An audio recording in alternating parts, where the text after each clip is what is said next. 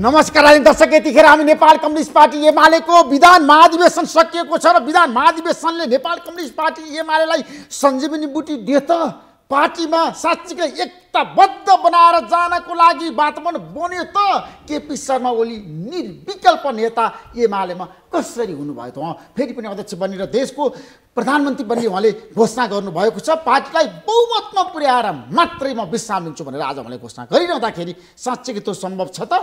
हाम्रो बीचमा यतिखेर नेपाल कम्युनिस्ट पार्टी एमालेका प्रभावशाली नेता विनोद ढकाल हुनुहुन्छ। तपाईँलाई म जनता जान चाहन्छु कार्यक्रम स्वागत गर्न चाहन्छु विनोदजी। र नेपाल कम्युनिस्ट पार्टी एकी समाजवादीका नेता मेटमणि चौधरीजी, तपाईँलाई पनि कार्यक्रम स्वागत गर्न चाहन्छु। नमस्ते। अब साँच्चीकै एमाले फुट विभाजन द्वन्द्व विवादबाट उम्क्यो, पार्टीलाई साँच्चीकै तपाईँले मलमपट्टी लगाउन सफल हुनुभयो यो विधान महाधिवेशनपछि। यो विधान महाधिवेशन चाहिँ हाम्रो पार्टीको 9 महाधिवेशनले हामीले विधानमै पहिलो पटक अब हामी नीति र विधानको सन्दर्भमा छुट्टै महाधिवेशन गर्ने, नेतृत्वको निर्माणको महाधिवेशन छुट्टै गर्ने भन्ने हामीले पार्टीको 9 महाधिवेशनै पास गरेका थियौँ। त्यही अनुरूप हामीले विधान महाधिवेशन आयोजना गऱ्यौँ र 3 दिनसम्म यो विधान महाधिवेशन भव्यताका साथ सम्पन्न भयो। आयोजनाका हिसाबले हामीले जसरी यो सफल गर्छौँ भन्ने सोचाइका साथ आयोजना गरेका थियौँ। त्यो सोचाइ अनुरूप नै यो सफल भएको छ। अब यो भन्नेहरूले त जे पनि भन्छन् होइन, हामीले योचोटिको विधान महाधिवेशनलाई अलिकति प्रभावकारी बनाउने हिसाबले प्रतिनिधिहरूको व्यवस्थापन अलिक खुकुलो ढङ्गले गरेका थियौँ। त्यो हिसाबले लगभग 6300 जति प्रतिनिधिहरूको हाम्रो सहभागिता थियो होइन। उत्साही ढङ्गले तोकेका सहभागीहरू आउनुभयो। हामीले विधान महाधिवेशन व्यवस्थित ढङ्गले सम्पन्न गऱ्यौँ। त्यसमा चाहिँ अब आगामी महाधिवेशनभन्दा अगाडि नै हामीले हाम्रो राजनीतिक कार्यदिशा राजनीतिक प्रतिवेदन पास गरेका छौँ, विधान पनि पास गरेका छौँ र अब हामी आउने महाधिवेशनमा नेतृत्वको निर्माण गर्ने गरी अब विचारमा तपाईँको पार्टीले जनताको बहुदलीय जनवादलाई आत्मसात गर्यो। हामीले अघिल्लो 9 महाधिवेशनबाट नै हाम्रो पार्टीको चाहिँ मार्क्सवाद लेनिनवाद र जनताको बहुदलीय जनवादलाई हामीले हाम्रो पार्टीको मार्गदर्शक सिद्धान्तको रूपमा आत्मसात गरेका थियौँ। त्यही कुरालाई यो महाधिवेशनमा पनि हामी लिएर जान्छौँ र मूलतः हामीले अब जनताको बहुदलीय जनवाद मार्फत अब समाजवादका कार्यक्रमहरूसहित अब आगामी दिनमा जनताको बौद्ध जनवादलाई नि समृद्ध बनाउने र समाजवादी कार्यक्रमका साथ अगाडि बढ्ने निष्कर्षका साथ यो महाधिवेशनलाई सम्पन्न गरेको छ। मेटमणिजी, तपाईँको पार्टीले नेपाल कम्युनिस्ट पार्टी एमालेको विधान महाधिवेशनलाई कसरी हेरेको छ? एकीकृत समाजवादीले नै अब ठ्याक्कै भन्नुहोस् है। होइन, नेकपा एमालेको विधान राष्ट्रिय महाधिवेशनलाई अब हामीले अब सकारात्मक भयो। सकारात्मक भन्दा पनि अब ठ्याक्कै तपाईँको पार्टीको प्रतिक्रिया। अब महाधिवेशनमा एउटा कल्पना गरिएको थियो होइन, विधान महाधिवेशन गर्ने कुरा। अब यो त सिस्टमभित्रकै कुरा होला नि त। होइन, तपाईँहरूले पनि विधान महाधिवेशन गर्ने भनेर त पहिला पनि त भन्नुभएको थियो नि त एमालेमा तपाईँ रहँदाखेरि। नै अब अहिले गर्नु हो त के भनौँ। त्यसमा तपाईँहरूको कुनै विमति छैन? नै के विमति भन्नुहोस् त, अहिले हामी अलग अलग विभाजन पार्टी नै अलग भइसकेको अवस्थामा। त्यसो एमाले लिएको नीतिमा तपाईँहरूको समर्थन र सहयोग छ केपी शर्मा ओलीप्रति? पार्टी अलग भइसकेपछि कसरी हुन्छ समर्थन, कसरी हुन्छ सहयोग? तर केपी शर्मा ओलीले भन्नुभएको छ राजनीतिक प्रतिवेदनमा, आफ्नो सरकार ढाल्ने मादक नेपाल प्रचण्ड जसको कारणले राजनीति अस्थिरता बढ्यो, नेपालको कम्युनिस्टहरूलाई कमजोर बनाउने काम गर्नुभयो, योजनाकार हो यो सरकार ढाल्ने भनेर त स्पष्ट भन्नुभएको छ नि केपी शर्मा ओलीले। केपी शर्मा ओली पार्टीको अध्यक्ष पनि हुनुहुन्थ्यो, यो देशको प्रधानमन्त्री पनि हुनुहुन्थ्यो।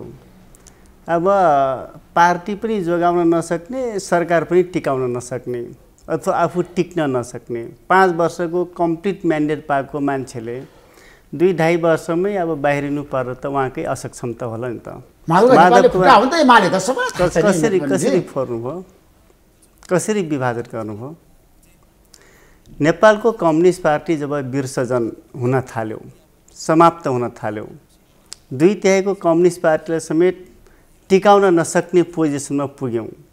नेपालको संविधान, नेपालको कानुन प्रणाली समेत खरानी हुन थालेपछि नै हामीले यो स्टेप चालेको। माधव कुमार नेपाल यो देशको नेता पनि त हो नि, त्यसकाले उहाँको कम्युनिस्ट पार्टीलाई फुटाउने एमाले टुक्याउने नेता हो नि त माधव कुमार नेपाल। कसरी हो भन्नुहोस् त?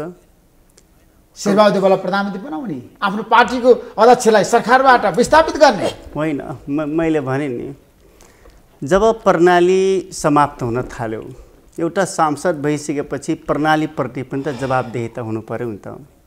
कानुनप्रति, संविधानप्रति जवाबदेहिता हुनु पर्दैन?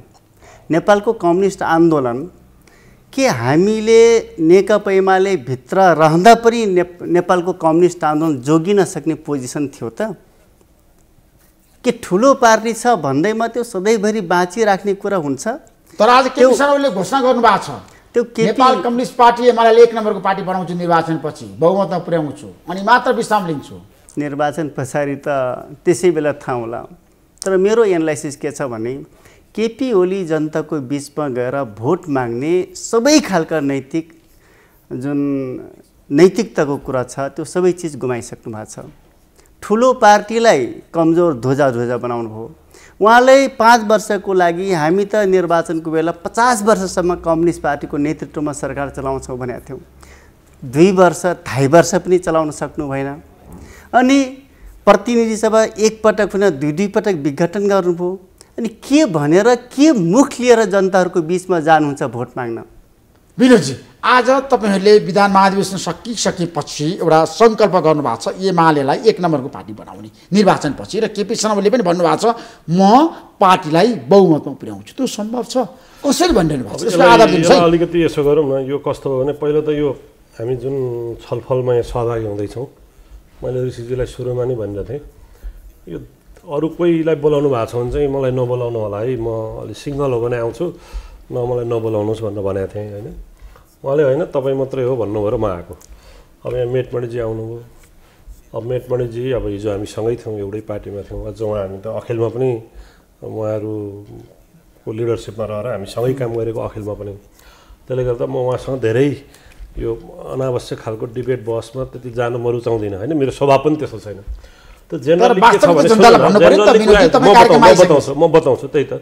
तर जेनरली कुरा के छ भने अहिले अब नेपालको कम्युनिस्ट आन्दोलनको इतिहास हामी सबैले नजिकबाट हेरेका छौँ। यो यसको इतिहास भनेको चाहिँ निर्माण, फेरि विभाजन, फुट विभाजन, एकीकरण हुँदै नेपालको कम्युनिस्ट आन्दोलनसम्म यहाँसम्म आएको छ। र पछिल्लो अवधिमा नेकपा एमाले जुन 2/3 नजिकको मत ल्यायो नेकपाले र हामी सरकारको नेतृत्वमा गयौँ केपी ओलीको नेतृत्वमा, यसमा 2-3वटा कुरा चाहिँ हामीले इमान्दारितापूर्वक भन्न सक्नुपर्छ भन्ने लाग्छ मलाई होइन।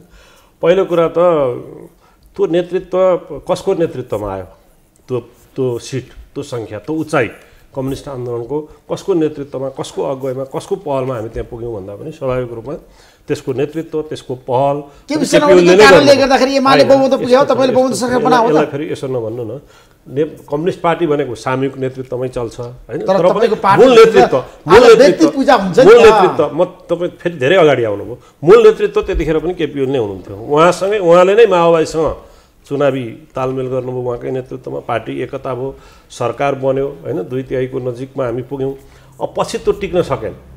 ठिक छ, पार्टीको मूल नेतृत्वको हिसाबले त्यसको जिम्मा केपी ओलीले कति लिनुपर्छ त्यो इतिहासले समीक्षा गर्ला होइन। तर त्यो टिक्न नसक्नुको पछाडिको कारण केपी ओली मात्रै हो, त्यो पनि त इतिहासले समीक्षा गर्ला नि।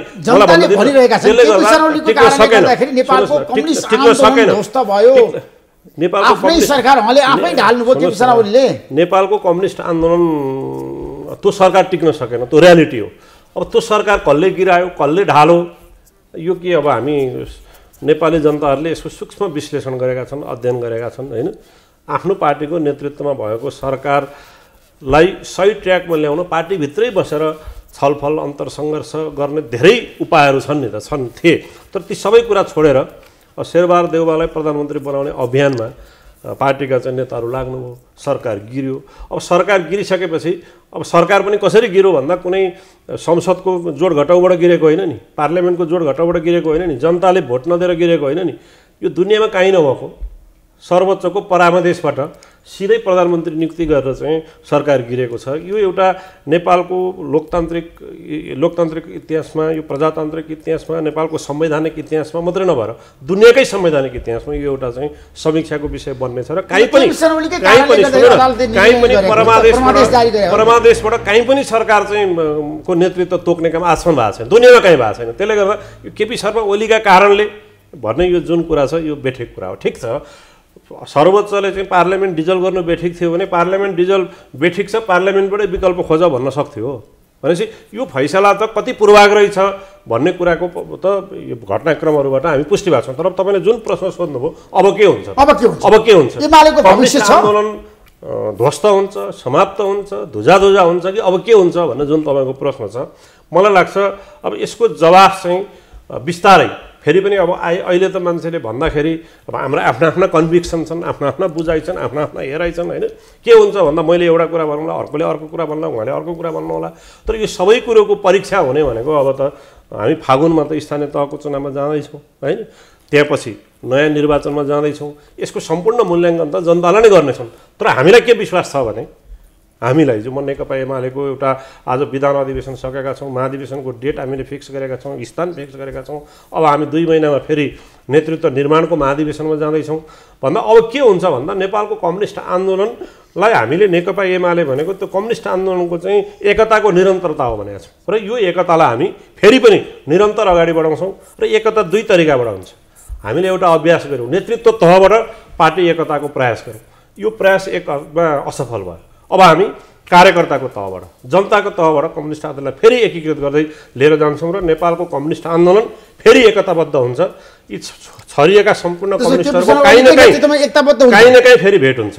मेटमनजी, केपी शर्मा ओलीले पोस्टरमा आज भन्नुभएको छ, पार्टीमा तपाईँहरूले जसरी गन्जागोल गर्नुभयो, अस्थिरता ल्याउनुभयो, आफ्नो सरकार आफै ढाल्नुभयो र बाहिरिनुभयो र विचलित भएकालाई उहाँले आग्रह गर्नुभएको छ, पार्टी छोडेर जाने आग्रह गर्नुभएको छ, आउनुहोस् एमालेमा फर्कनुहोस्। तपाईँहरू एमालेमा फर्कने सम्भावना छ?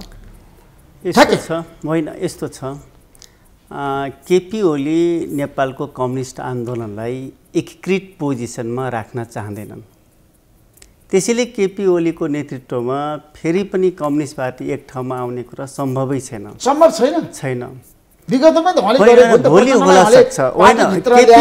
एमालेमा जसरी माओवादीमा कुरा गर्दाखेरि धेरै पटक वार्ता गरेकै उहाँले होइन, सबैभन्दा कम्युनिस्ट पार्टी निर्माण गरेकै हो। सबैभन्दा ठुलो कुरो नियतको कुरा हो, मान्यताको कुरा हो। केपी ओली जब भएको ठुलो कम्युनिस्ट आन्दोलनलाई छेदविच्छेद गर्नको लागि प्रयास गर्छन् जबरजस्ती, त्यो पनि सामान्य तरिकाले होइन, जबरजस्ती विभाजनको प्रयास गर्छन् भने अनि त्यही व्यक्तिको नेतृत्वमा फेरि पनि नेपालको कम्युनिस्ट आन्दोलन एकीकृत हुन सक्ने पोजिसन हुन्छ।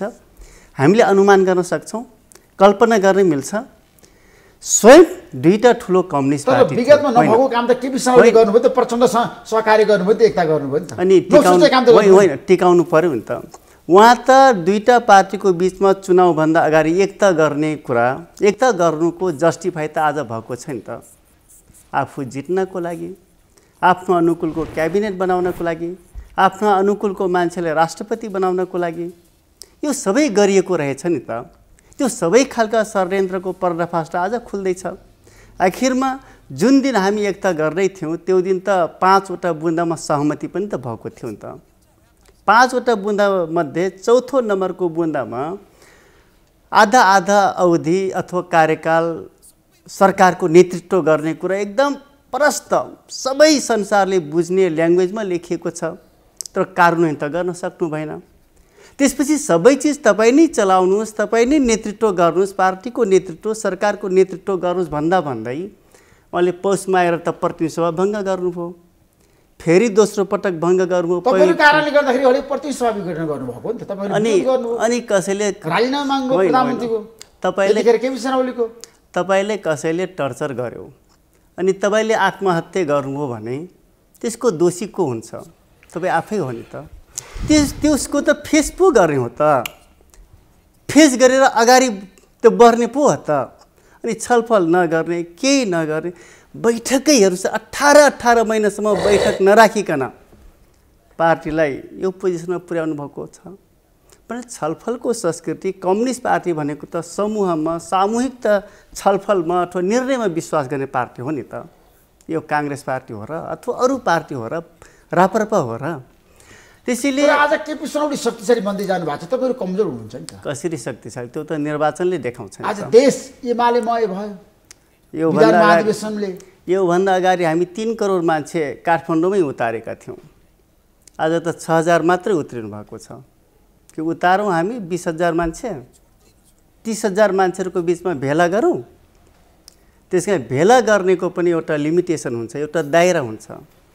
अनि 20,000, 30,000, 40,000, 50,000 मान्छे जुटाउने ठुलो कुरो हो त देशभरिबाट। त्यसैले शक्तिशाली हुने कुरा, मुख्य कुरा भनेको उसले चाल्ने स्टेपमा भर पर्छ। बिरुजी, आज भेटमेन्टजीको एउटा तर्क आयो, केपी शर्मा ओलीको अब भविष्य छैन, उहाँले नेपालको कम्युनिस्ट पार्टीलाई विघटन गर्नुभयो र एमाले पनि उहाँले सिद्धान्त। म यस्तो छ, यसलाई तपाईँले के बनाउँ भने नि मलाई अलिक अप्ठ्यारो पनि भइरहेछ। सामान्य दुई तिनवटा कुरा म तपाईँलाई बताउँछु। पहिलो कुरो त के छ भने यो 3 करोड मान्छे भेला हुने भन्ने नेपाली पपुलेसनै 3 करोड छैन होइन। अब यो यस्तो हावादारी कुरामा हामी जान हुँदैन।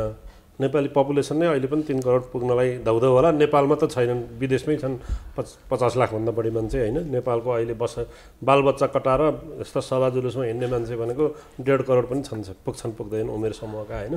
त्यसले गर्दा यस्ता कुरामा अब हामी छलफलमा धेरै जान हुँदैन भन्ने लाग्छ। यो हाम्रो एउटा विधान अधिवेशनमा हामीले प्रतिनिधि बोलाएको हो। यो कुनै चाहिँ भेला पनि होइन, सम्मेलन पनि होइन, सभा पनि होइन। अब हामी सभा त उद्घाटनमा गर्छौँ। अब हाम्रो महाधिवेशन हुन्छ 10, 11, 12। त्यो महाधिवेशनको उद्घाटनमा हामी सभा गर्छौँ। त्यहाँ हामी एकदम जनप्रदर्शनसहितको उद्घाटन सभा गर्छौँ, प्रतिनिधिभन्दा बाहिरको। यो हाम्रो एउटा इन्टरनल प्रतिनिधिहरूको भेला हो होइन। अब प्रतिनिधिको सङ्ख्या अलिकति खुकुलो बनाइयो, अलिक ठुलो सङ्ख्यामा साथीहरू आउनुभयो। त्यो भेलालाई हामीले व्यवस्थित ढङ्गले चाहिँ सम्मेलन सम्पन्न गरेका छौँ। हामीले विधानको बारेमा टुङ्गेका छौँ, साङ्गठनिक प्रतिवेदन टुङ्गेका छौँ, राजनीतिक प्रतिवेदन टुङ्गेका छौँ। सर्वसम्मत रूपमा पास भयो सबै कुराहरू सर्वसम्मत ढङ्गले पास त्यहाँ असहमत के स्वर आए? घनश्याम भुसालले, भीमरावले भन्नु उहाँहरूको पनि कुनै असहमति छैन। उहाँहरू सहितको सहमतिका साथ हामीले सबै विषय विधान पनि सर्वसम्मत रूपमा। पहिलो कुरा। दोस्रो कुरा के छ भने विगतका घटनाक्रमहरूको विश्लेषण समीक्षा गर्दा मलाई स्वाभाविक रूपमा विभिन्न मान्छेहरूका फरक दृष्टिकोण हुन्छन् नै होइन। यो पार्टी एकता केपी ओलीकै नेतृत्वमा भयो, केपी ओलीकै नेतृत्वमा चुनाव भयो, केपी ओलीकै नाम ब्यानर भोलिको प्रधानमन्त्री अबको भावी प्रधानमन्त्रीको रूपमा हामी चुनावमा गयौँ र एउटा उल्लेखनीय विजय पनि हामीले हासिल गऱ्यौँ। अब त्यो पछि माओवादी र हाम्रो बिचमा चाहिँ सरकार बन्ने सन्दर्भमा नै एक ढङ्गले विवाद भयो। हामी सबै हिस्ट्री केलाउँ न, मङ्सिरमा चुनाव भयो, सरकार चाहिँ चैतमा बन्यो। त्यो 3 महिना के खिचडी पाएको त मुलुकमा भन्दा त्यो 3 महिनाको खिचडी पकाइ के थियो भने एमाले र माओवादी मिलेर चुनाव गरे पनि केपी ओलीलाई सरकारमा जानबाट रोक्नका लागि चाहिँ नयाँ खालको एउटा अभ्यास भयो र प्रचण्डकै नेतृत्वमा फेरि सरकार बन्ने खालको एउटा स्थिति पनि त्यतिखेर मुलुकमा चाहिँ झन्नै बनेको थियो। त्यो स्थितिबाट कम्युनिस्ट पार्टीको दुईटा पार्टीको चाहिँ एकता भएर फेरि हामी एकीकृत ढङ्गले अगाडि बढ्यौँ होइन। यसको हिस्ट्री पनि अलिकति हामीले बुझ्न पर्छ। तेस्रो कुरा म अलिकति भन्नै पर्ने भयो। तेस्रो कुरा त्यो पछि सरकार बनिसकेपछि पनि अब सरकार कसरी चलो, सरकारलाई कुन ढङ्गले चाहिँ घेराबन्दी गरियो, चल्ने सन्दर्भमा सहज असहज के भयो, सबै घटनाक्रमहरूमा हामी व्यस्त छौँ। अब आफ्नै पार्टीको नेतृत्वमा सरकार छ, आफ्नै पार्टीका सांसदहरू अविश्वासको प्रस्ताव राख्न एउटा संसदीय मर्यादाभन्दा बाहिर गएर राष्ट्रपतिकोमा हस्ताक्षर लिएर पुग्छन्। यो दुनियाँमा संसदीय प्रणालीमा कहीँ पनि यस्तो कुरो हुँदैन। ठिक छ, केपी ओलीसँग चित्त दुखेको थियो, मन परेको थिएन, उहाँलाई हटाउनु थियो भने विधि थियो नि त। संसद दलको बैठक बोलाएर प्रचण्ड या माधव नेपाल संसद दलको नेता भएर प्रधानमन्त्री हुन सक्नुहुन्थ्यो। अनेक थिए नि त विधि। ती सबै बाटाहरू चाहिँ नरोजेर एउटा गलत बाटोबाट गइसकेपछि एउटा बाध्यात्मक ढङ्गले संसद विघटन होइन, संसद विघटन बाध्यात्मक ढङ्गले उहाँले गर्नुभयो। हामीले अहिलेको राजनीतिक प्रतिवेदनमा नि यो विषयमा पर्याप्त छलफल गरेका छौँ। त्यो चाहिँ त्यतिखेरको एउटा परिस्थितिको बाध्यात्मक उपद थियो। त्यो केपी ओलीको रहर थिएन, इच्छा थिएन। तपाईँ आफै भन्नुहोस् त, आफ्नो नेतृत्वमा सरकार छ, प्रधानमन्त्री छ, बहुमत छ, कसैले त्यो संसद डिजल्भ गरेर आफ्नो चाहिँ प्रधानमन्त्रीको पद धरापमा राख्न चाहन्छ? तर धरापमा आफूले राखेको बाध्यात्मक थियो। बाध्यात्मक परिस्थितिको कारणले उहाँले त्यो गर्नुभयो। हामीले अहिले हाम्रो राजनीतिक प्रतिवेदनमा पनि सर्वसम्मत ढङ्गले त्यो कुरा चाहिँ उल्लेख गरेका छौँ। पहिलो कुरा। दोस्रो कुरा, अब अहिलेको सन्दर्भमा हामी के भनिरहेका छौँ भने नेकपा एमाले एउटा नेपालको कम्युनिस्ट आन्दोलनको सङ्गठित धार हो, यो मूल धार हो। यसले चाहिँ मदन भण्डारीले अगाडि सारेको जनताको बहुदलीय जनवादको नीति, कार्यक्रम, सिद्धान्तलाई आफ्नो मार्गदर्शक सिद्धान्तको रूपमा अगाडि सारेको छ। सुखी नेपाली र समृद्ध नेपालको एउटा नाराका साथ अब यो मुलुकको फेरि पनि होइन, अब केपी ओली जनताको बिचमा जानै नसक्ने भन्ने जुन कुरा छ नि, यस्तो कुराको के हो, जनताको बिचमा जाने अहिले पनि एजेन्डा आधार। सुन्नुहोस् न, म तपाईँलाई बताउँछु, नेपालको कन्टेस्टमा आज पनि कुनै पार्टीसँग, पार्टी र कुनै पार्टीको लिडरसँग भन्दा जनताको बिचमा जाने एजेन्डा केपी ओलीसँग छ। केपी ओलीले 2.5 वर्ष 3.5 वर्ष यो मुलुकको नेतृत्व गर्नुभयो। यो 3.5 वर्षमा केपी ओलीले थालेका काम पुरा गर्न फेरि पनि केपी ओलीकै नेतृत्वमा यो मुलुकमा जान जति एजेन्डा केपी ओलीसँग छन् त्यति एजेन्डा छैन। तपाईँ भन्नुहोस् त, हामीले चाहिँ भारतसँगको चाहिँ लिम्पियाधुरा लगायतको नक्सा प्रकाशन गऱ्यौँ, त्यो नक्सा कार्यान्वयन गर्न केपी ओली बाहेक कसैले सक्दैन। हामी केपी ओलीकै नेतृत्वमा फेरि सरकारमा गएर जमिन फिर्ता गर्न त समय भएन नि। नक्सा जारी गर्नुभयो, त्यो सरकारले फुल फेजमा काम गर्न पायो। नक्सा जारी गरेका भोलिपल्ट दिन सरकारलाई चारैतिर घेराबन्दी भएन, चल्नै नसक्ने, चटपटाउनै नसक्ने खालको स्थिति बनेन। त्यो कारणले गर्दा अब फेरि पनि मलाई लाग्छ चुनावमा जाने एजेन्डा केपी ओलीकै पारामा पारावन सन्धि सम्बोध चीनसँग, त्यसको लागि हामी 9-10वटा नाका खुलेका छन्, भाटा बन्दैछन्, रेलको काम सुरु भएको छ, सुरुङ मार्गका काम सुरु, यी सारा जति पनि भौतिक पूर्वाधारको क्षेत्रमा काम भएका छन्, अरू राष्ट्रिय अन्तर्राष्ट्रिय एजेन्डाहरू छन्, राष्ट्रियताका एजेन्डा छन्, यति धेरै एजेन्डाहरू हामीसँग छन् जुन एजेन्डा चाहिँ अब अहिले चाहिँ उहाँहरूलाई म केही भन्दिनँ। अरू पार्टीहरू जो नेकपा एमालेको प्रतिस्पर्धी छन् होइन, ती कोहीसँग यो एजेन्डै छैन हामीसँग जति। त्यसले गर्दा केपी ओलीले जनताको बिचमा जान सबैभन्दा बढी मोरल्ली, सबैभन्दा बढी एजेन्डा विषय भएको कोही लिडर कुनै पार्टी छ यो मुलुकमा जनताको बिचमा जाने हक राख्ने भनेको त्यो एमाले छ, त्यो केपी ओली हो। अब आजको दिनमा नेपाली जनताले मन पराएको नेता केपी शर्मा ओली भनेर उहाँले भन्नुभयो, विनोदजीले भन्नुभयो, जनताको बिचमा जान सक्ने नेता पनि उहाँ नै हो। तपाईँ के भन्नुहुन्छ? होइन, यो त जस्टिफाई गर्ने समय आउला नि त। आधार दिनुहोस् न, तपाईँहरू विरोध गरिरहनु भएको छ, विरोधको लागि विरोध नै। उसो भए त पूर्व पश्चिम राजमार्ग पनि 74 साल यतै बनेको होला नि त। मध्यपारी राजमार्गहरू पनि यही 74 साल यतै बनेको होला। हामीले बनाएको धराहरा पनि 74 साल यतै बन्यौँ। मेलम्ची पनि 48 सालदेखि यतै बनेको, 48 भन्दाले 74 भन्दा यतै बनेको हो भनेपछि कुलो बन्ने कुरा, कालोपत्रे बन्ने कुरा, पुलहरू बन्ने कुरा त यो रेगुलर बनिराख्ने कुरा हो। तर केपी शर्मा ओलीको नेतृत्वमा धेरै विकास भयो अरे विनोदजीले भन्नुभयो नि देशमा। त्यो त जनताले मूल्याङ्कन गर्ला नि त। तर एउटा मात्रै के हो भने विकास निर्माण भन्ने चिज भनेको डिमान्डले विकास निर्माण हुने कुरा हो। आवश्यकताले पुल कुन ठाउँमा बनाउने, कहिले बनाउने भन्दाखेरि यो ठाउँमा बनाउने भन्दाखेरि आवश्यकता पर्यो, पुल बन्यो। त्यसै बाटो कहिले बनाउने आवश्यकताले बन्ने कुरा हो। त्यसैले यस्ता कुराहरूको पछि हामी लाग्नु हुँदैन। जब आवश्यकता पर्छ तर एउटा बाहिर पनि तपाईहरु माथि दबावहरू आएको छ। तर होइन, तर एउटा कुरा के हो भने ल भन्नुस् केपी कमरेडले प्रत्येक 2 वर्षमा चुनावमा गराउँछु अथवा धेरै कम्युनिस्ट पार्टीका सांसदलाई जिताइदिनुहोस्, म प्रतिनिधि सभा फेरि भङ्ग गरिदिन्छु भनेर भोट माग्न जानुहुन्छ। यो फेरि धेरै ठुलोमा धेरै मान्छेलाई जिताउनुहोस्, पार्टी ठुलो बनाइदिनुहोस्, फेरि भङ्ग गरिदिन्छु अथवा 2टा पार्टी बनाइदिन्छु, 3टा पार्टी बनाइदिन्छु भनेर भोट माग्न जाने कुरो हुन्छ। फ्रेस म्यान्डेट भनेको के हो ओली कमरेडलाई थाहा छ कि छैन? प्रत्येक 5 वर्षमा निर्वाचन हुनेलाई फ्रेस म्यान्डेट भनेर व्याख्या गरिएको छ, संवैधानिक रूपमा व्यवस्था गरिएको छ। 2 वर्षमा निर्वाचन हुने कुरा, बीचमै प्रतिनिधि सभा भङ्ग गर्ने कुरा नेपालको संविधानमा लेखिएको कुरा र छोडिनुहोस् अनुमान समेत गरिएको छैन। अनि आज केपीलाई मन परेन त्यसैले भङ्ग गरे, यो बाध्यात्मक कुरा हो भन्ने मिल्छ? यस्तो तर्क, यो तर्कमा कुनै दम छैन। त्यसैले मूल अब जनताको बिचमा जाँदा त्यो एजेन्डालाई जनताले पत्याउँछन् कि त्यो पत्याउँदैनन्। तर मुख्य शर्त यो होला नि पक्षमा जनमत छ, माधव नेपालको पक्षमा देखेन नि। कसरी हुन्छ जनमत? केपी ओली आफू प्रधानमन्त्री अध्यक्ष भएको बेला भएका आफ्ना गुटका मान्छेलाई मात्रै टिकट दिनुभएको छ। जस्तै मेरै यो लुम्बिनी प्रदेशका कुरा गर्नुहुन्छ भने विष्णु पौडेल इन्चार्ज हुनुहुन्थ्यो, शङ्कर पोखरेल प्रभावशाली नेता हुनुहुन्थ्यो, आफ्ना गुट बाहेक कसैलाई टिकटै दिनु भएन। गण्डकी प्रदेशका कुरा गर्नुहोस्, PS गुरुङ हाम्रो इन्चार्ज हुनुहुन्थ्यो, आफ्ना गुट बाहेक कसैले टिकटै दिनु भएन। अनि यही देखेर सांसद आएन, सांसद छैन, पालिकाका प्रमुख छैन, त्यसैले केपी ओली स्ट्रङ भनेर निष्कर्ष निकाल्न मिल्दैन। विरोध अहिलेको अवस्थामा देशको निकास भनेको केपी शर्मा ओलीको नेतृत्वमा फेरि पनि सरकार हो त?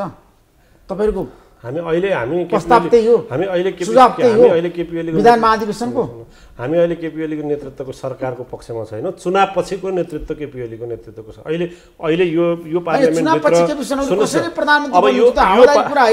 पार्लियामेन्टभित्र नयाँ चलखेल गरेर फेरि सरकारको नेतृत्व हामी गर्छौँ, यो हामीले कल्पना पनि गरेका छैनौँ, सोचेका पनि छैनौँ, यो हाम्रो एजेन्डा पनि तर छैन। तपाईले मेकमेन चौधरी लगायत सुन्नुहोस् न, हामी अहिले अब पार्टीका नेतालाई सरकारमा लिएर जानुहुन्न, मन्त्री हुनुहुने दबाब त दिनु भएको छ। अहिले हामी के छ भने हामी अब यो मुलुकमा यो पार्लियामेन्ट जुन निष्कर्षका साथ पार्लियामेन्ट डिजल्भ भएको थियो, अहिलेका सारा घटनाक्रमले त्यो निष्कर्ष सही थियो भन्ने नै ठाउँमा मुलुक पुगिरहेछ।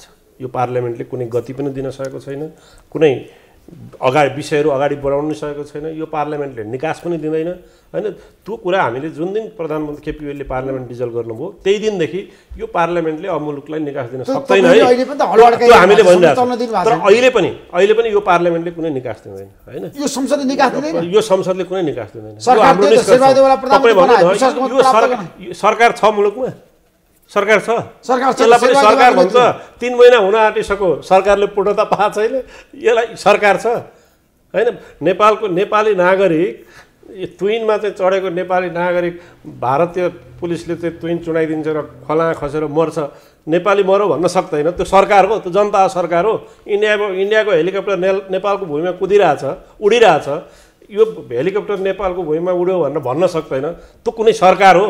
त्यो जनताको बिचमा यो सरकारले कुनै म सरकार हो भन्ने मोरल राखेको छ भनेको, त्यसले गर्दा अहिले यो मुलुक सरकारविहीन छ, सरकारै छैन, सरकारविहीन व्यवहारमा मोरल्ली फर्मल्ली कोही प्रधानमन्त्री होला, 2-3 जना मन्त्री होलान्, मन्त्रीमा जानका लागि धेरै मान्छेले चाहिँ अब एकदम धोरा सुरुवाल सिएर ठिक परेका होलान्, तर सरकार भनेको त अनुभूति हुनु पर्यो नि त जनताको बिचमा। त्यसले गर्दा अहिले यो मुलुक चाहिँ तपाईँ भन्नु न 3 महिना त लगभग सरकारले पूर्णता पाएको छैन हैन। यो अवस्थामा मुलुकमा यति धेरै समस्याहरू छन्, त्यसले गर्दा अहिले मुलुकमा चाहिँ सरकार छैन भन्दा हुन्छ। म भन्दैछु सरकार छैन भन्दा हुन्छ एक। दोस्रो कुरा फेरि पनि तपाईँ भन्दै हुन्छ नि, हामी अहिले यही पार्लियामेन्टमा नयाँ चलखेल गरेर बहुमत पुर्याएर यही पार्लियामेन्टको चाहिँ यो गतिहीन कुनै निकास दिन नसक्ने संसदहरूको टाउका गनेर फेरि सरकारको नेतृत्वमा जानुपर्छ भन्ने कुनै हाम्रो त्यो बल पनि छैन, निष्कर्ष पनि छैन, त्यो चाहना पनि छैन। हामी त जति सक्दो चाँडो चुनावमा जाउँ, चुनावले मुलुकलाई निकास दिन्छ र चुनावपछि हाम्रो दाबी छ। सुन्नु न, म बताउँछु हाम्रो दाबी आज जनता पीडामा छन्, समस्यामा छन्, भोकमरीमा छन्, खाना पाएको छैन, दशैं आइरहेछ, मजदुरहरूले दशैंमै त चुनाव हो। तपाईँ भन्नुहुन्छ फेरि पनि निर्वाचन, यो तपाईँले कस्तो कुरा गर्नु? चुनाव भनेको मैले चुनाव भनेको अहिले भनेर भोलि चुनाव हुने हो र? चुनाव हुनु पनि त 6 महिना लाग्ला नि त। निर्वाचन प्रणालीलाई हामीले सुधार गर्नुपर्छ। तपाईसँग पैसा छ भने त्यसले चुनाव जिताउँछ, नत्र चुनाव किनेर केका लागि? तपाईँ मेरो कुरा सुन्नु, त्यसले गर्दा मुलुकलाई साँच्चै राजनीतिक निकास दिने हो भने यो पार्लियामेन्टले निकास दिन सक्दैन। नयाँ पार्लियामेन्ट विगत अर्ली इलेक्सनमा गयो भइगयो, अर्ली इलेक्सनमा जाने, संसदको जागिर पनि चलिरहन्छ, अर्ली इलेक्सनमा जाने र चुनावमा जाने हो। चुनाव नै एकमात्र निकास हो। चुनावपछि के हुन्छ त्यो त पटक पटक आखिर त्यसको त सबै फैसला गर्ने त जनता नै हुन् नि। जनताले जे फैसला गर्छन् त्यो हामी सबै मानौँला। तर हाम्रो दाबी के हो भने, हाम्रो पार्टीको दाबी फेरि पनि हामी एमालेको नेतृत्वमा यो चुनावमा लिड गर्छौँ, सरकार बनाउँछौँ, बहुमतको सरकार बनाउँछौँ र जनतालाई चाहिँ हामीले हिजो जे कामहरू सुरु गरेका छौँ, चाहे ती विकास निर्माणका काम हुन्, ती सामाजिक सुरक्षाका क्षेत्रका काम हुन्, चाहे ती सामाजिक रूपान्तरणका क्षेत्रका काम हुन्, चाहे ती अन्तर्राष्ट्रिय सम्बन्धसँग जोडिएका काम हुन्, ती सबै काम चाहिँ हामी पुरा गर्न चाहन्छौँ। हामी त्यो स्लोगनका साथ जनतामा जान चाहन्छौँ। हाम्रो कुरा अब जनताले के गर्छन् हामीलाई विश्वास छ, हामी जित्छौँ, तर के गर्छन् त जनताले गर्छन् नि। ल सुन्नुहोस् है, हामी प्रतिनिधि सभामा अराउन्ड 2/3, राष्ट्रिय सभामा 3/4 भनेपछि हामीले टिकट दिने मान्छेको त्यही केपी ओली भनेपछि केपी ओलीले आफूलाई कि त म बेठिक थिएँ भनेर जस्टिफाई गर्नु पर्यो। यदि आजका सांसद इलेक्टेड सांसदहरू बेठिक छन्, किनकि समानुपातिकमा पनि छान्ने खालि आफ्नै गुटका मान्छे मात्रै छानेछन्, टिकट दिँदा पनि 1-2 त बाहेक सबै आफ्नै अनुकूलका मान्छेलाई मात्रै टिकट दिएका छन्, अनि तिनै मान्छेहरू हामीले जितेका छौँ, निर्वाचित भएका छौँ। कि त केपी ओलीले भन्नु पर्यो मैले टिकट बाँध्दाखेरि बेठिक गरेँ, त्यो जस्टिफाई गर्नु पर्यो। नभए भन्नु पर्यो अर्को पटकमा माथिबाट आकाशबाट परिहरू ल्याएर सांसद बनाउँछु र यो सरकार चलाउँछु, पर 2 मध्ये एउटा त भन्नु पर्यो नि। टिकट बाँध्दाखेरि मन परी गर्ने, टिकट बाँध्दाखेरि गुट बाहेकहरू कसैले नदिने, अनि आज यिनी सांसदहरू बेठिक छन् भनेर निष्कर्ष निकाल्ने कुरा कति बेखुबी कुरा हो। त्यसैले केपी ओली भनेको कस्तो व्यक्ति हुन् भने मैले धेरै ठाउँ पनि सुनाएको छु, एउटा गाउँको फटा सामन्त जमिनदार जस्तै, बाँच्दासम्म पनि गाउँलेलाई सताउने, मरिसकेपछि पनि गाउँलेलाई सताउनको लागि मलाई घिसार नै लानु, यो कस्तो अनि अन्तिममा राजनीतिक मान्छेलाई बोलाएर अराजनीतिक टिका टिप्पणी क्या एउटा व्यक्तिको केन्द्रितमा एउटा लिडरको केन्द्रितमा छलफल बहस चलाउने कुरा मुख्य मान्छे त ओली नै भन्ने। मलाई लाग्छ यो तपाईको यो टेलिभिजनलाई पनि त्यसले मर्यादा दिनु होला हैन। मेटमेन्टलाई पनि म के भन्छु भने यो टिकटको कुरा छ जुन छ नि हैन, मुख्य मान्छे नै ओली हुन्। अनि आज तपाईले सांसद बेठिक छन् भनेर भन्न पाउनुहुन्छ। सुन्नु न, तपाईले जुन भन्दै हुनुहुन्छ नि सांसद बेठिक भए, सांसदले काम लागेनन्, गर्न सकेनन्, यो तर्क बेठिक हो नि त। तपाई एक्सक्युज गर्नुस् न। सांसद भने अहिलेको होल संसद, मैले व्यक्तिको कुरा गरेको छु, होल अहिलेको पार्लियामेन्ट अनि होलका कुरा अहिलेको पार्लियामेन्ट त्यो भित्र म पनि पर्छु, ओली पनि पर्नुहुन्छ, अरु पनि पर्नुहुन्छ नि। कम्पोजिसनले कुनै निकास दिन सकेन, यो त रियल कुरा हो। नेतृत्व कसले गरेछ त्यो त बुझ्नु पर्यो नि। त्यसले गर्दाखेरि अब हामीले के बुझ्नु पर्यो भने हैन, अहिले तपाईले संसद अवरुद्ध गर्दाखेरि पनि संसद चल्न सकेन। सुन्नुस् न, टिकटको कुरा भनेको संसद अवरुद्धका पनि त विषय होला नि त। संसदीय संसद अब फेरि तपाईले अब विषय विहीन छ तपाईहरुको अवरोधमा कुनै एजेन्डा छैन। जुन कुरो दुनियाँलाई थाहा छ के विषय छ भनेको, तपाईलाई पनि थाहा छ, उहाँलाई पनि थाहा छ, मलाई पनि थाहा छ, सारा नेपाली जनतालाई थाहा छ। त्यसले गर्दा अहिले नेकपा एमाले संसद अवरुद्ध गरेको छ। संसद अवरुद्ध गर्नका कारणहरू पनि प्रष्टसँगले हामीले सार्वजनिक गरेका छौँ हैन। सभामुखले एउटा सभामुखको हैसियतमा निर्वाह गर्नुपर्ने कुन जिम्मेवारी हो त्यो जिम्मेवारी पुरा गरेनन्। सभामुख निष्पक्ष भएनन्, सभामुखको हैसियतमा बस्न सकेनन् र सभामुख यी सभामुखले चेयर गरुन्जेल उनले आफ्ना कमी कमजोरलाई रियलाइज गरेर नसुधारुन्जेल यो संसद चल्दैन। त्यसले गर्दा यो अब यो कुनै सांसदप्रति आग्रह पूर्वाग्रही भएर पार्लियामेन्ट हामीले तपाईहरुले माधव नेपाल लगायत 10 जनाले कारबाही गर्नुपर्छ किन भन्नु विनोदजी? कसैलाई थाहै छैन भन्दैन त थाहा छ त, तपाईलाई नै थाहा छ अनि किन गरेको रहेछ भने थाहा छ। त्यो एजेन्डा हाजेको लागि छैन तपाईहरुलाई। त्यसले गर्दा सुन्नु न, साम्भाव्यता छ, आवश्यकता हो। यो विषय भनेको हाम्रो सभामुखसँगको लडाई हो। तपाई सुन्नुस्, यो के कुरामा प्रश्न हुनु पर्यो भने विषयलाई हामीले चाहिँ अरूतिर डाइभर्ट गर्न हुँदैन। हामी अहिले मूलत सभामुखको भूमिकामाथि प्रश्न उठाएर नेकपा एमाले संसद अवरुद्ध गरेको छ। सभामुख सच्चिनु पर्यो, आफ्नो भूमिका सच्याउनु पर्यो। हामी संसद चाहिँ अवरुद्ध गर्दैनौँ। संसद अवरुद्ध सभामुख सच्चिनु पर्यो, त्यति हो हाम्रो। के हो भने केपी ओलीको पार्टी म त नेकपा एमाले भन्दैन, किनकि नेकपा एमाले भन्ने बित्तिकै पार्टी हुन्छ, तर त्यो पार्टी भनेको ओली पार्टी मात्रै हो। एमाले भनेको ओली पार्टी हो, ओली पार्टी हो। खास गरेर ओली पार्टी के हो भने नेपालमा संसदीय अभ्यास अथवा नेपालको लोकतन्त्र मन परेको छैन, संसदीय अभ्यास मन परेन। केपी शर्मालाई संसदीय व्यवस्था मन परेको छैन। 14 वर्ष प्रजातन्त्रको लागि जेल बस्नुभयो। जेल के को लागि बस्नुभयो त्यो त पछि ठाउँ होला, तर एउटा कुरा बुझ्नुहोस्, आफ्नै कार्यकालमा आफू प्रधानमन्त्री भएको बेला आफ्ना पार्टीका सांसद बहुमत भएको बेला दुई पटक प्रतिनिधि सभा भङ्ग गर्ने भनेको के हो? संसदीय लोकतन्त्र मन नपराएपछि अनि दुई पटक भङ्ग गर्ने अनि फेरि त्यो सांसद चल्न दिने कुराको अनुमान गर्न मिल्छ? त्यो त कल्पना समेत गर्न सकिन्न नि। कसैले कुनै चिजको कसैले हत्या गर्यो, त्यो बाँच्यो, अनि त्यो फेरि त्यो मान्छेले चल्न नदिने माधव नेपाल लगायत 14 जनाले कारबाही नगरेसम्म सभामुखले आफ्नो भूमिका करेक्सन नगरेसम्म संसद चल्दैन।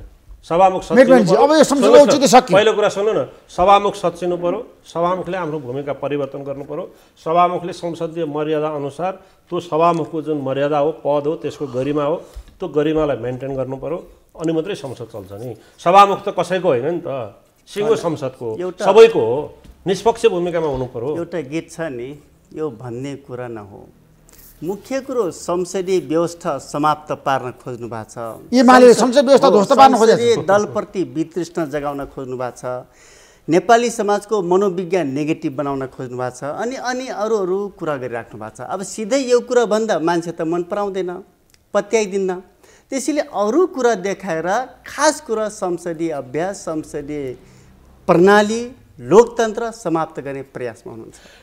यसमा यस्तो छ क्या, यो कसैलाई भ्रम नपरे हुन्छ। अहिले पनि नेपालको यो पार्लियामेन्ट्री पोलिटिक्समा संसदभित्रको सबभन्दा ठुलो दल एमाले नै हो हैन।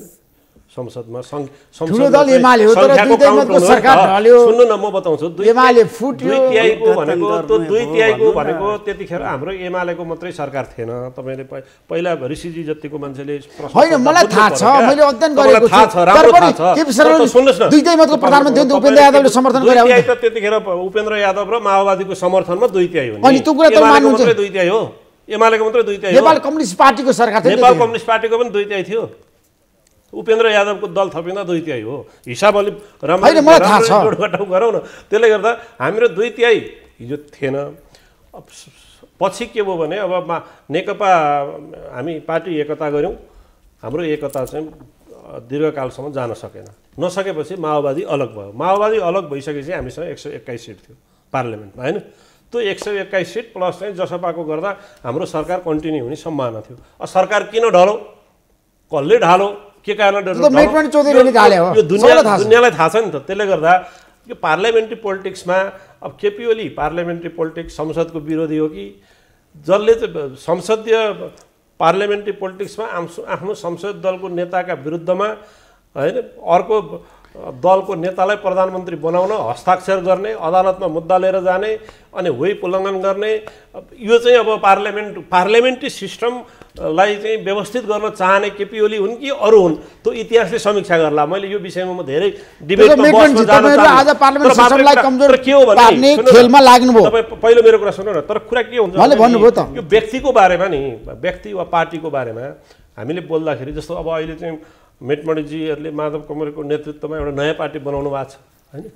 त्यो पार्टीको वैधानिकताको बारेमा अहिले पनि प्रश्न होला, छलफल होला। वैधानिकै नभए पनि पार्टी त बन्यो नि त नयाँ एउटा, होइन? अब मैले त्यो पार्टीको बारेमा अहिले धेरै टिका टिप्पणी आलोचना विरोध गर्नु छैन। म मेरो पार्टीको कुरा गर्न चाहन्छु क्या।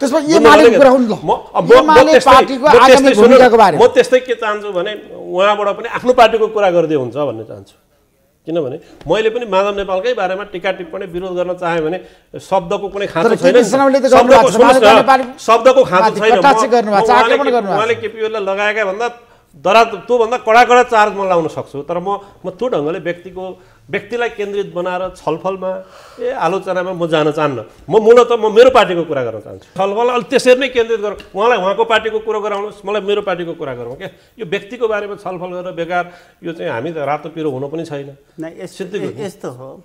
अब अहिले केपी ओली विभाजन हुनुभन्दा अगाडि त अध्यक्ष त हो नि केपी ओली। छोडेर आफ्नो अध्यक्षको कुरा गर्नु होइन, अनि बिगार्नेको होइन, बिगारेको पनि बिगार्नेको हो भन्नु न। त्यसैले नाम त लिनै पर्छ। जसले बिगार्यो, जसले भत्कायो, जसले समाप्त गर्यो, अनि संविधान बुझ्ने पनि ओली, पार्टी बिगार्ने पनि ओली, अनि ओलीको नाम नलिएर विनोद ढकालको नाम हो त। त्यसकाले जसले ठोस रूपमा कङ्क्रिट कुरा गर्नुपर्छ, जसले बदमासी गरेको छ ऊ सजाय भोग्नै पर्छ, ऊ पनिसमेन्टको भागीदार हुनै पर्छ। ओली बिगार्नु भयो अनि ओलीको नाम नलिएर अरूको नाम लिन मिल्छ त? यो बदमासी भन्ने हो चाहिँ पार्लियामेन्ट्री पोलिटिक्समा, यो पार्लियामेन्ट्री पोलिटिक्सको हिस्ट्रीमा सबैभन्दा बदमासी कसैले गर्यो भने अब मेरो छुट्टै होला नि त कन्भिक्सन, त माधव नेपालले गर्नुभयो, होइन? आफ्नो दलको नेताको विरुद्धमा अविश्वासको प्रस्ताव लिएर जाने, आफ्नो दलको नेतालाई प्रधानमन्त्री हुँदाहुँदै शेरबहादुर देउवालाई प्रधानमन्त्री बनाउन हस्ताक्षर गर्ने, दलको व्हिप उल्लङ्घन गर्ने। एउटा मुलुकमा 15 वर्ष एउटा पार्टीको नेतृत्व गरिसकेको, प्रधानमन्त्री भइसकेको एउटा संसदीय प्रणालीमा दुनियाँमा कहीँ यस्तो हामीले पढ्थ्यौँ, इन्डियामा पनि संसदीय प्रणाली छ, अरू मुलुकमा छ, कहीँ हुन्छ यस्तो? त्यसले गर्दाखेरि ठिक छ, केपी ओलीको बारेमा उहाँलाई चित्त नबुझेको थियो भने त पार्लियामेन्टभित्र, संसद दलभित्र अनेक ठाउँमा थियो होला नि त फोरम। त्यसले गर्दा यो कसले कति गल्ती गरौँ भन्ने विषयमा नि व्यक्तिको नाम किटियो भने अब यो आरोप प्रत्यारोपमा गइहाल्छ क्या बस। त्यसले गर्दा म चाहिँ अलिक त्यसरी नजाउँ भन्ने मात्रै मेरो कुरो हो। उहाँले भन्नुभयो तर मूलतः कारणले गर्दाखेरि सबै घटनाहरू घटेको छ। कारण भनेको पनि यसको दोषी उहाँले हो, कारणले होइन, पार्टीको कारणले होइन कि त पार्टीले निर्णय गर्नु पर्थ्यो। प्रतिनिधि सभा विघटन गर्ने कुरा पार्टीको केन्द्रीय कमिटीले या स्थायी कमिटीले निर्णय कहीँ गरेको छ, त्यसले दोष पार्टी होइन नि। पार्लियामेन्ट गर्ने कुरा भनेको प्रधानमन्त्रीकै विशेषाधिकार हो, त प्रधानमन्त्रीले नै गर्छन् हैन। विशेषाधिकार छ भने प्रधानमन्त्रीको विशेषाधिकारको विषय हो। तपाईले संवैधानिक रूपमा कुन ठाउँमा कुन धारामा त्यो व्यवस्था गरेको छ भन्नुस् त? हिजो संविधान बनाउँदाको त्रुटि हो, छैन, त्यो सच्याउनु होइन, त्यो सच्याउनु पर्छ, सचिन्छ। यो अहिले हाम्रो मुलुकमा 47 सालको 4 वर्षको अवधिमा 42 मा त्यो व्यवस्था थियो 4 मा 5 मा मैले भनिरहेको छु त्यो सच्याउनु पर्छ। आज 72 सालको संविधानको 1 2 3 4 5 6 कहीं त्यो व्यवस्था अहिले हामी के गयो भने यो 4 विशेष वर्षमा अधिकार कहाँ लेखिएको छ भन्नु न। सुन्नु न म बताउँछु। यो 4 वर्षमा हामीले जे प्र्याक्टिस गर्यौँ नि नेपालको संविधान कार्यान्वयनको सन्दर्भमा यसले के देखाइरहेको छ भने हाम्रो संविधानमा प्रशस्त त्रुटिहरू छ। संविधानमा कानुनमा यी त्रुटिहरूलाई हामीले सच्याउनुपर्छ। संसदीय प्रणालीका मूलभूत मान्यताहरू हुन्छन्, विशेषताहरू हुन्छन्। आखिर संसदीय प्रणाली त हाम्रो मुलुकमा मात्रै छैन नि त, हामी कहाँ प्रणालीका खास मूल्य मान्यता यो विधान महाधिवेशनले तपाईँको पार्टीभित्र नेतृत्वको लागि पनि अहिलेको अवस्थाको बारेमा, नीतिको बारेमा पनि, देशको राजनीतिक घटनाक्रमको बारेमा तपाईँले समीक्षा गर्नुभयो। अब के विषयमा ओलीकै नेतृत्व मुलुक अगाडि बढ्छ होइन? यसलाई यस्तो छ, एमाले पनि अगाडि बढ्छ। म बताउँछु तपाईँलाई। अहिले हामीले मूलतः 2-3वटा कुरामा हामी केन्द्रित भयौँ है। फेरि पनि म दोहोऱ्याउँछु। अहिले हामीले यो विधान महाधिवेशन भनेको हाम्रो विधान प्लस नीति महाधिवेशन हो। यो दुईटै कुरा हामीले सर्वसम्मत ढङ्गले सम्पन्न गरेका छौँ र यसलाई हामीले नेपालको कम्युनिस्ट आन्दोलनको नेकपाको एकीकरणको निरन्तरता अनि उपाध्यक्ष कतिवटा भयो तपाईँको पार्टी? अब हामी अब आउने महाधिवेशनमा नेतृत्व पनि हामी सर्वसम्मत ढङ्गले चयन गर्छौँ। उपाध्यक्ष कतिवटा? उपाध्यक्ष सहित 5 जना उपाध्यक्ष, अध्यक्ष 1, वरिष्ठ उपाध्यक्ष सहित 5 जना उपाध्यक्ष, सचिव कतिवटा, अनि महासचिव 1, उपमहासचिव 1 र 7 जना सचिव गरेर 15 जनाको पदाधिकारी हुने हामीले वैधानिक व्यवस्था गरेका छौँ। अब हाम्रो प्रयत्न आउने महाधिवेशन यो एकताको महाधिवेशनको रूपमा हामी लिएर जान्छौँ। किनभने यो पार्टीको सेन्ट्रल महाधिवेशनमा अहिले चाहिँ हिजो माओवादीसँग रहेको साथीहरू पनि हुनुहुन्छ, नेताहरू पनि हुनुहुन्छ। त्यसले गर्दा त्यो हिजो नेकपाको एकताको निरन्तरताको रूपमा हामीले यसलाई लिएका छौँ र यो महाधिवेशन मूलतः हाम्रो एकताको महाधिवेशन हुनेछ। नेतृत्व निर्माण पनि हामी सकेसम्म सबै नेताहरूलाई चाहिँ सम्मानजनक ढङ्गले व्यवस्थापन गर्दै एकताबद्ध ढङ्गले गर्ने कोसिस गर्छौँ। ठ्याक्कै मेटमनजी, अब सरकार कहिले विस्तार हुन्छ? सम्भवतः भोलि हुन्छ भनेर सूचना बाहिर आछ, आज खुलस्त पारिदिनुहोस्। अनि सम्भवतः त भोलि होला, भोलि मन्त्री परिषद विस्तार हुन्छ, विस्तार होला। त्यसमा प्रधानमन्त्रीले सहमति जुटाउनु भयो, तपाईँले सहयोग गर्नुहुन्छ, भागभन्डा मिल्यो? छलफल त जितिरहेको होला नि त, अझै छ नि त। भोलि बिहान छ, दिउँसो छ, बेलुकी नै शपथ ग्रहण गर्ने कुरा, सरकार विस्तार हुने कुरा 8 बजे 9 बजे होला। त्योभन्दा अगाडि छलफलको स्पेस त छँदैछ नि। त्यसो अब नेपालका कम्युनिस्टहरू विभाजनमै खुसी हुनुहुन्छ है? होइन, त्यस्तो होइन। जस्तै यो कुरा अब हामी मात्र लागु हुँदैन। अब सबै अहिले निर्वाचन आयोगमा दल दर्ताको नाम हेर्ने हो भने समाजवादीहरूभन्दा या कम्युनिस्टभन्दा त्यो पुँजीवादीहरूकै नाम धेरै छ। तर हामी सब जति विभाजित हुन्छौँ सबैसँग अब कम्युनिस्ट जोड्छौँ, त्यसैले अलि धेरै विभाजित भएको देखिएको छ। त्यसैले कन्टिन्यू जाने कुरा हो, विभाजन हुने, एकता हुने, फेरि विभाजन हुने, अनि केही निस्किने मान्छेहरू, यिनी कुरा रेगुलर भइराख्ने कुरा हो। अब यसलाई तपाईँले अलिकति के छ भने अहिलेसम्म नेपालको कम्युनिस्ट आन्दोलन फुट विभाजन हुँदै यहाँ आइपुगेको छ होइन। हिजो माले धारबाट हामी अगाडि आयौँ, माओवादी धारबाट आएर दुईवटा कम्युनिस्ट पार्टीको बिचमा फेरि हामीले एकता गऱ्यौँ। यो एकता टिक्न सकेन, विभाजन भयो। अब हामी चाहिँ यो एकतालाई अब हामी नयाँ ढङ्गले फेरि यो नेपालको कम्युनिस्ट आन्दोलनलाई हामी एकीकृत गर्छौँ भन्ने हामीले सङ्कल्प गरेका छौँ। अहिलेसम्म हामीले माथिबाट एकता गऱ्यौँ, अब हामी तलबाट कम्युनिस्ट आन्दोलनलाई एकताबद्ध बनाउँछौँ। माधव नेपालसँग तपाईँको एकता हुन्छ? माधव कमरेड अब मैले अहिले ठ्याक्कै भन्नुहोस् है। होइन, माधव कमरेडहरू घुमिफिरी कहाँ जानुहुन्छ त? तपाईँ भन्नुहोस् न। घुमिफिरी कहीँ जानुहुन्न। यो नेकपा एमाले नै नेपालको कम्युनिस्ट आन्दोलनको मूलधार हो। सबै कम्युनिस्ट घटकहरू ढिलो चाँडो सबै एकै ठाउँमा हुन्छ। माधव नेपाल एमालेमा फर्कनुहुन्छ? ठ्याक्कै ढिलो चाँडो एकै ठाउँमा फर्कनुहुन्न। केपी ओलीले नेतृत्व गरेको पार्टी आफै सुक्छ, आफै समाप्त हुन्छ, आफै विसर्जन हुन्छ। त्यसपछि बचे खुजेका मान्छेहरू माधव कुमार नेपालले नेतृत्व गरेको पार्टीमा आउनुहुन्छ र यो पार्टी मूलधारको पार्टीको रूपमा विकसित हुन्छ, समृद्ध हुँदै जान्छ। Thank you so much. अहिलेकै घटनाक्रमले त देखिरहेकै छ। ठिक छ, धन्यवाद। नमस्कार। नमस्ते।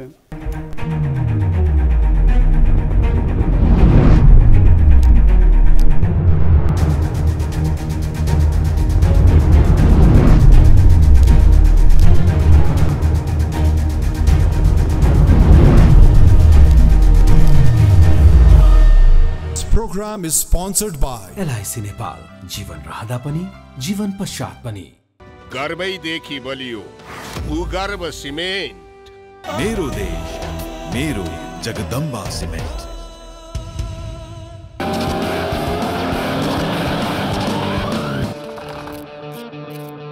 स्वाद जस्तो अनार प्रिमियम राइस।